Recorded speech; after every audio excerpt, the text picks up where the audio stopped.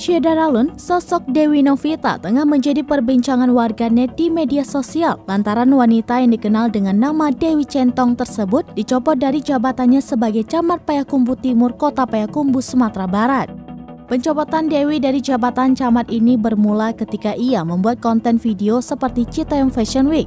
Video tersebut sempat viral di media sosial hingga mendapatkan tanggapan dari Majelis Ulama Indonesia atau MUI Payakumbuh yang mengatakan bahwa video Dewi melanggar norma kesopanan dan agama.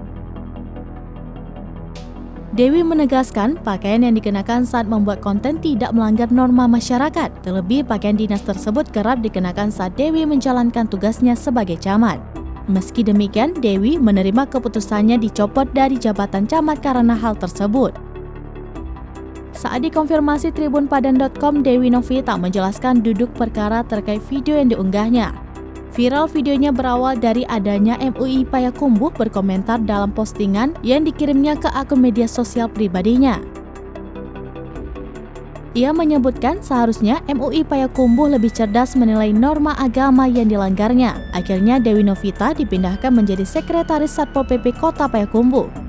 Ia mengaku tidak ada pemanggilan atau teguran sama sekali sebelum dicopot.